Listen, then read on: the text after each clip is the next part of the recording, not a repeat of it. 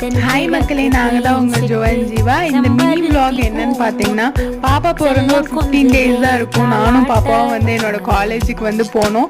ஏன் அப்படின்னா எனக்கு வந்து இன்டர்ன்ஷிப் இருந்துச்சு, கம்பல்சரி வந்து அட்டன் பண்ணி ஆகணும், நோ எக்ஸ்கியூஸ் அப்படின்னு சொல்லிட்டாங்க.